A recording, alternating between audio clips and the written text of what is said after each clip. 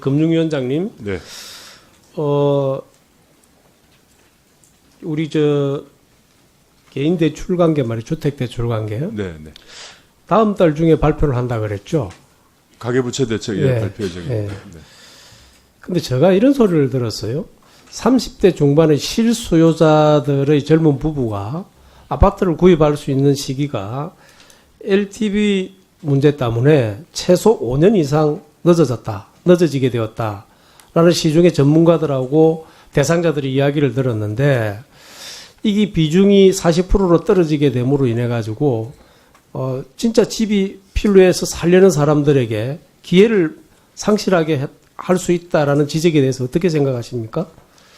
예, 그런 우려가 있고 또 타당한 면도 있습니다. 그렇지만 저희가 그런 이제 사례보다 더 중요한 게 집값 급등을 막는 것이라고 봤습니다. 집값 급등은 전체적인 부분을 잡으면 저는 잡힐 수 있을 거라고 생각은 합니다. 네. 그러나 실수요자들이 집을 살 수 없다 그러면 이 사람들이 다주택자도 아니고요. 오랜 동안에 준비를 해왔음에도 불구하고 이번 조치로 인해서 그런 일들이 생길 수 있는 부분들이 사실 이제 자명해진 것 같아요. 그래서 이 부분을 좀 고려를 해야 된다라는 이야기가 있다라는 이야기입니다. 네. 근데 우리 금융위원장께서는 전혀 고려할 생각이 없으신 것 같은데요.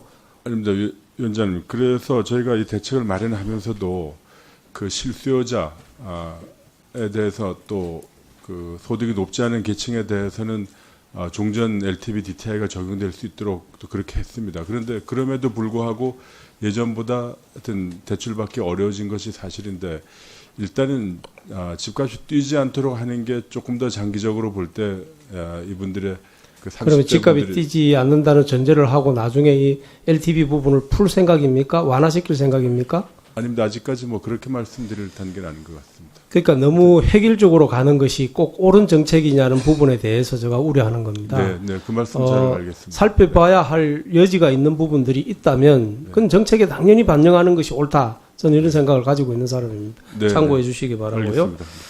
다음 우리 금감원의 최홍식 원장님. 네. 제가 국장이 오셔서 저희한테 보고를 해 주셔서 제가 보고는 받았습니다. 우리 원장님 휴대폰으로 하루에 070이나 02, 032, 031로 해서 저축은행이나 대부업에서 전화 오는 것이 몇 통이나 있습니까? 저는 그렇게 많은 것 같지는 않습니다. 네, 그럼 저는 누군가가 저 전화번호를 공개를 했기 때문에 많이 오는 것 같습니다. 하루에 최소가 3통이고요. 최고가 10통 이상까지 옵니다. 한 달로 치면 100에서 150통 정도가 옵니다. 그런데 제가 정말 괴로운 것 중에 하나는 02라는 전화번호입니다. 031, 032라는 지역 전화번호가 붙어 있는 전화가 오는데, 여기에는 그 저축은행이나 대부업의 전화 말고도 평상시에 우리가 신뢰를 가지고 전화를 해야 통화를 하는 사람들이 굉장히 많이 있습니다. 그런데 이제 그런 전화까지 받을 수 없게 됐습니다. 어떻게 생각하십니까? 그렇게 전화가 많이 오는 것을 진짜 안타깝게 생각합니다. 저희들이 그렇게 이런 통신수단이 발달하다 보니까 그런 일들이 많이 나는 것 같은데요.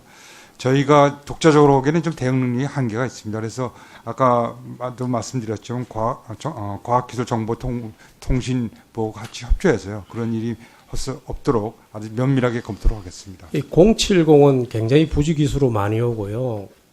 제가 이야기한 그런 지역 번호를 앞에 붙여서 오는, 제가 그 저축은행들, 지금 등록된 저축은행들 다 와요.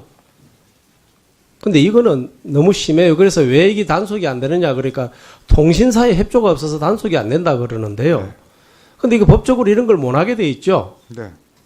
그런데 이걸 버젓이 해가고 있는데 우리는 그걸 할 수 있는 방법이 없어서 못 한다는 게 이게 말이 안 되지 않습니까?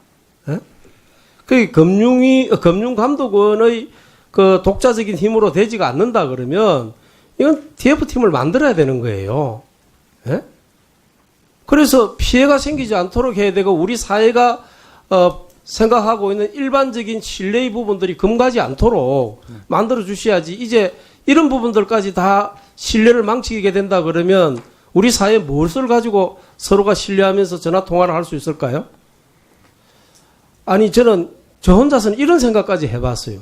그러면 차라리 이 사람들인데 전화를 통화할 수 있도록 풀어주고 지정번호를 주자. 그래서 아예 이걸 국민들인데 공개하고 받지 않을 사람 받지 않도록 하는 게 어떻겠느냐까지 생각이 들더라고요. 할 수도 없는 일이지만. 근데 감독원이 너무 이 부분에 대해서 너무 좀 보수적으로 일을 생각하는 거 아니냐. 좀 적극적으로 이 부분에 대해서 해결책을 찾아야 된다고 저는 생각합니다. 전화 뭐 원장님 그렇게 많이 안 오셨다니까 그렇게 안 괴로우시겠지만은 저 입장에서는 이 전화 너무 괴로워요. 회의 중에도 오늘도 회의 중에 벌써 3번 이상 울었습니다. 전화벨이. 이거는 좀 심한 것 같습니다. 그래서 금융감독원뿐만 아니고 다른 부처하고도 논의를 해서 해당되는 부처들 논의를 해서 뭐 경찰청도요. 우리 저 미래통신과학부입니까? 과학기술정보통신부입니다. 예, 그쪽도 그렇고요.